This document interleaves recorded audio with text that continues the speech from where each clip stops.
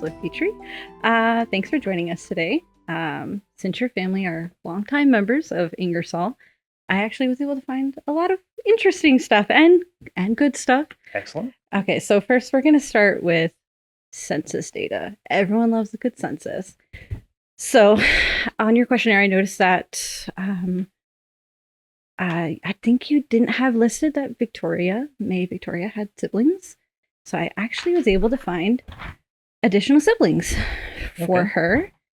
A Charles and a Doris.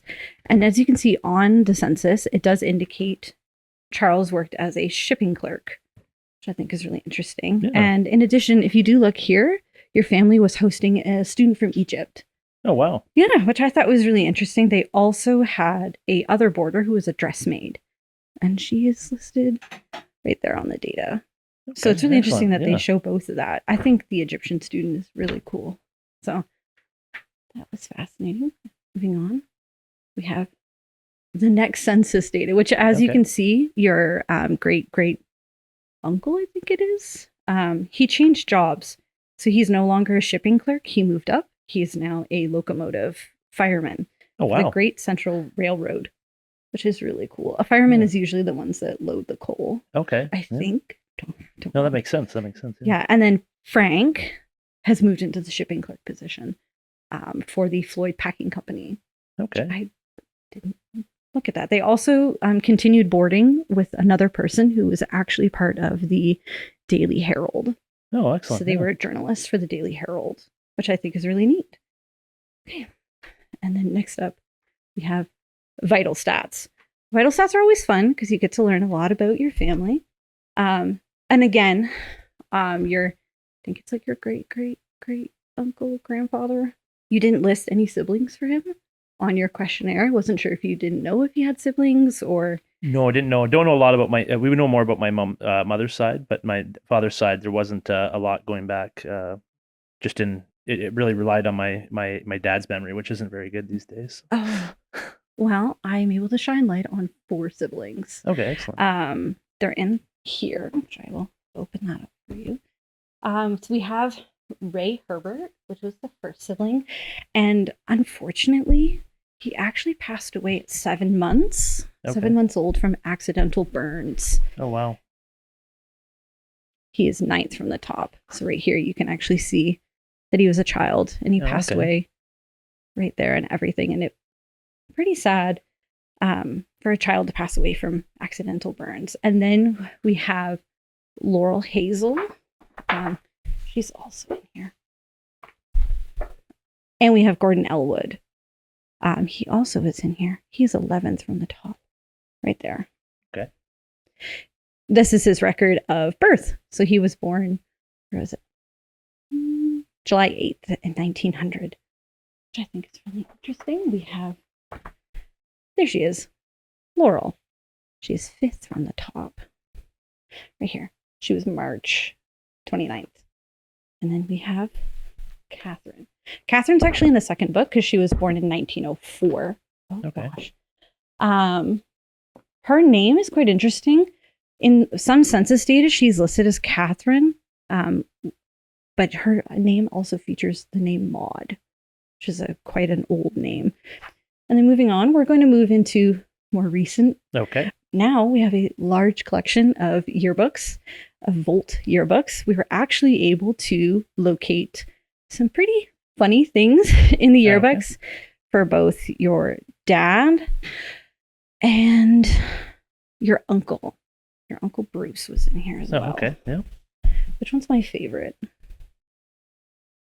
Oh, and James. I think he's also one of your uncles. Yes. Yeah, he's in this group photo. Okay. I don't know if you can figure out which one. They all have the classic 60s haircuts, so it's kind of... Yeah, I know. It was kind of hard to pick out the boys for me, too. And then I think this is my favorite quote. I don't know how much of a jokester your dad is. Oh, he thinks it's hilarious. But this is my favorite quote. He says he's going to own a burlesque theater. Yep. Never did that. Oh, unfortunate. Yeah, he said that his burlesque theater was going to have smoking lounges unlike that at the Ingersoll District Collegiate, and that Al Hurt would entertain at every performance. Okay. Yeah, no, I haven't heard the Val's name before, but no, I know my dad was quite the quick character when he was younger, so makes a lot of sense. I bet I have actually found quite a few fun little things in here for him. I believe this is when J.C. Herbert ruled the school, so everybody had to be behaved on picture day. Of course. This one features a quote from Bruce. It says his favorite hit parade is Lonely Blue Boy. I'm not sure if you know that. No. I'm unaware of that either. I'd like to check that out at some point. We have another one in here. Also, yes, he is featured in here as well. Class is he in? Oh, just his class picture. He's in one of these somewhere. I don't know if you'll be able to pick him out at some point.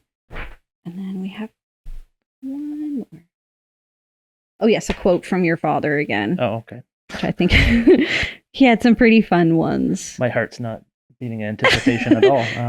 What would happen if he came to school with his hair combed?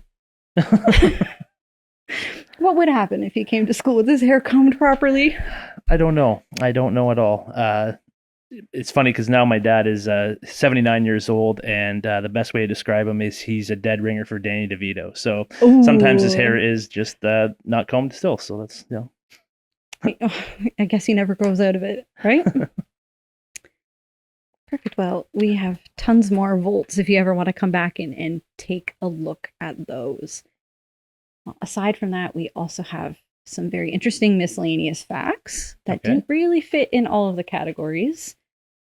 So first off, we have Harry Petrie, which is one of your distant relatives. He was a hockey player at one point, and it said in an interview with, so his name appears in the centennial edition of the Ingersoll Tribune.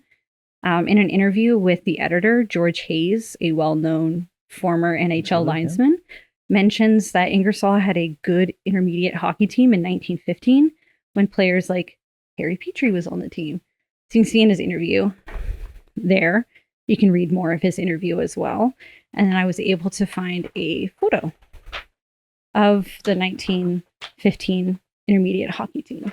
So the family rumor is that he was drafted to the Montreal Canadiens, but he was unable to go because he had to pay to play then, really. And so it was he couldn't get a family, and he had to stay working. So I believe he went on to manage the Morrow's Screw and Nut Works, and he brought. There's this problem because Harry and Had, they're all Harrys, but one was named Had.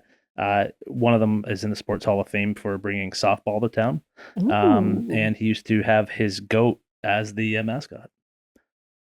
I love that. It goes along with the idea of donkey baseball. There you go. Which was popular in Beachville, which I think is really interesting. Okay. In addition, Violet Petrie, which is another one of your relatives, she was an active member of the Alexandra Hospital Ladies Auxiliary Group. She also was a co-convener of the store in the hospital. Oh, okay. Didn't know that. Which is quite interesting. I know we have a picture of her.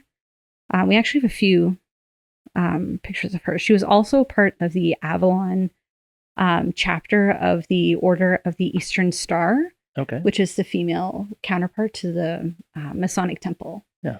So which was really interesting. So she's featured in this picture.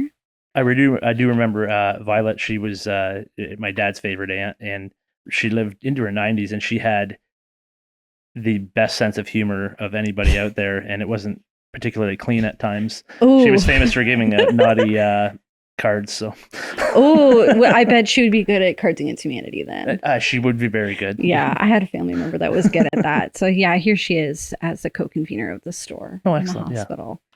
So I hope the store was ran well, and probably brought the hospital residents probably some joy. I think so. From the sounds of it. Yeah. And then in addition, as you can tell, there is some crime.